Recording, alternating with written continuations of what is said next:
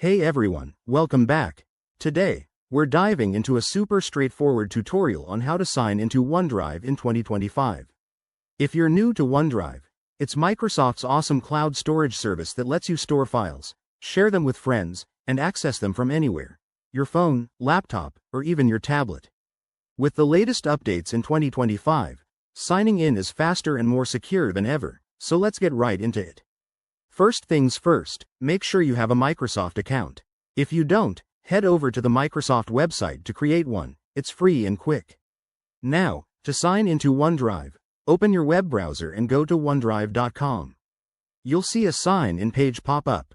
Enter the email address associated with your Microsoft account in the first field. Double-check for any typos to avoid errors. Next, hit the Next button, and you'll be prompted to enter your password. Type it in securely.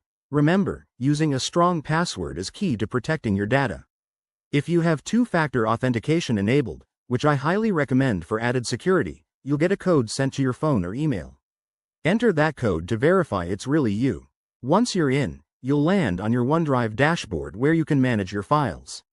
If you run into any issues, like a "forgot password" situation, there's a link right there to reset it.